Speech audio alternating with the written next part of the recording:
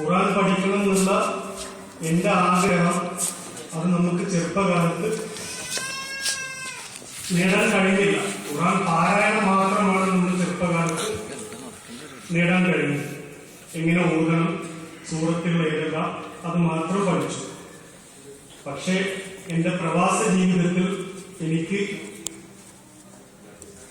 നേടാൻ കഴിഞ്ഞ ഏറ്റവും വലിയൊരു സമ്പത്തായി തന്നെ ഞാൻ ഇതിനെ കാണുകയാണ്.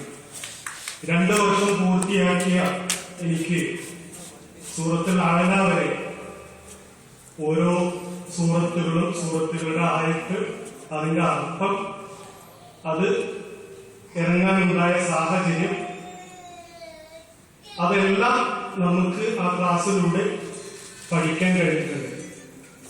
ഓരോ സൂറത്തും അത് ഇറങ്ങേണ്ട മക്ക സൂറത്താണോ മദീന സൂറത്താണോ, ഓരോന്നിന്റെ ആയത്ത്, അർത്ഥം, പിന്നെ അതുപോലെ പഠനശേഷം നമുക്ക് ജമാഅത്തായിട്ട് നിസ്കരിക്കുന്ന സമയത്ത്, ഇമാം ഓതുന്ന സമയത്ത് അതിന്റെ ഓരോ ആശയങ്ങളും നമ്മുടെ മനസ്സിലൂടെ പോകുന്ന ഒരവസ്ഥ, അതെല്ലാം അനുഭവിക്കാൻ കഴിഞ്ഞത് എന്റെ പ്രവാസ ജീവിതത്തിൽ പഠിക്കാൻ കഴിഞ്ഞതിലൂടെ മാത്രമാണ്.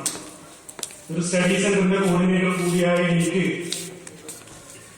വളരെയേറെ സന്തോഷമുണ്ട്, വളരെയേറെ അഭിമാനമുണ്ട് പഠിക്കാൻ കഴിഞ്ഞത്. ഇനിയും 3ാം വർഷത്തിലേക്ക് പ്രവേശിക്കുന്ന എനിക്കും അതിൽ പങ്കാളികളായ എന്റെ സഹോദരന്മാർക്കും കൂടുതൽ നന്നായി പഠിക്കാനും അതിൽ അറ്റൻഡ് ചെയ്യാനും കൃത്യമായി അറ്റൻഡ് ചെയ്യാനും എല്ലാവരും പരിശ്രമിക്കണം എന്ന് ഞാൻ ഈ വേളയിൽ അഭ്യർത്ഥിക്കുകയാണ്. കൂടാതെ ഇതിൽ പങ്കാളികളാവാത്ത എല്ലാ സഹോദരീ സഹോദരന്മാരും നമുക്ക് ലഭിക്കുന്ന ചെറിയ സമയം, 1 മണിക്കൂർ 1.5 മണിക്കൂർ മാത്രം നമ്മൾ ക്ലാസ്സിൽ പങ്കെടുക്കുന്നുള്ളൂ.